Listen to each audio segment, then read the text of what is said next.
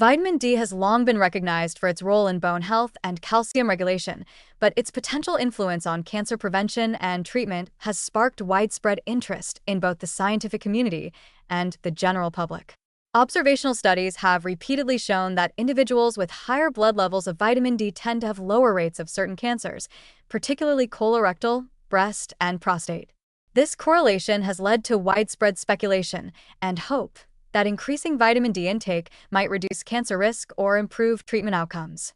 But the relationship is far more complicated than it appears, and evidence from interventional trials has not consistently supported the initial enthusiasm.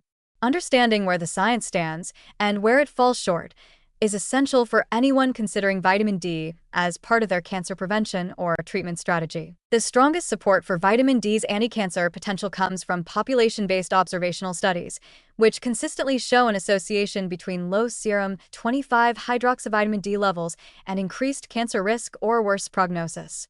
These studies suggest that vitamin D may influence cancer development through several biological mechanisms, regulating cell growth and differentiation, suppressing inflammation, promoting apoptosis, programmed cell death, and reducing angiogenesis, the formation of new blood vessels that feed tumors.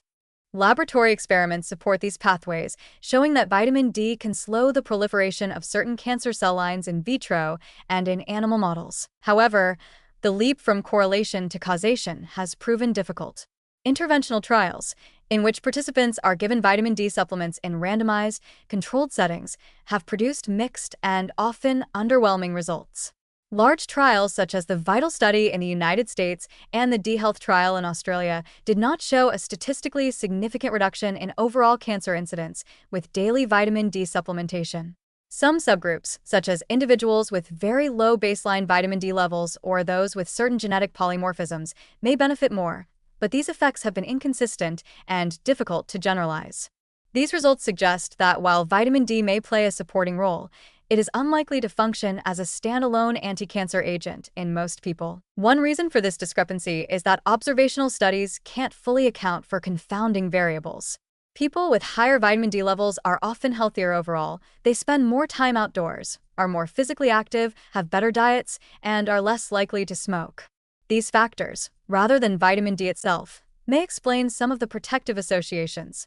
Moreover, many interventional studies use relatively modest doses of vitamin D and may not target those who are actually deficient, limiting their power to detect meaningful effects. That said, vitamin D deficiency is common, especially in older adults, individuals with darker skin, those living in northern latitudes, and people with limited sun exposure or certain medical conditions.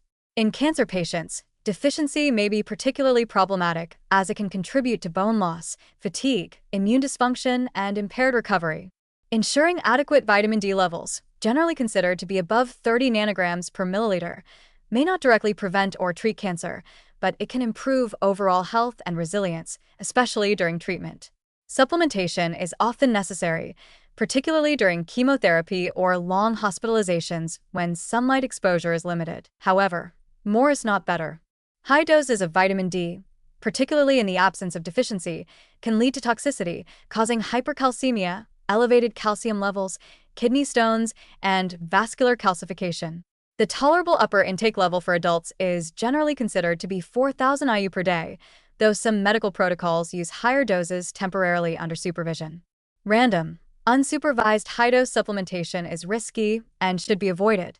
Testing serum 25-OH D levels is the safest way to determine need and adjust dosing appropriately. There's also increasing interest in vitamin D's potential role in enhancing immunotherapy or mitigating treatment side effects, but these areas remain largely exploratory. While preliminary studies suggest possible benefits in immune regulation and inflammation control, clinical trials are still needed to clarify whether vitamin D can meaningfully alter cancer progression or survival outcomes when added to conventional treatments. In the end, vitamin D is neither a miracle cure nor a meaningless supplement. Its role in cancer prevention and care is nuanced. Deficiency should be corrected, sufficiency should be maintained, but megadoses should be approached with caution. The current body of evidence suggests that vitamin D likely acts as a supportive agent rather than a direct intervention, one that helps create a more favorable internal environment, but does not replace the need for screening, treatment, and comprehensive risk reduction. For patients and survivors, the best course of action is individualized care. Measure levels, supplement if needed, avoid extremes, and stay informed. As with so many aspects of cancer care, precision matters, and vitamin D, while promising in theory, requires a grounded, evidence-based approach to deliver real benefit without unnecessary risk.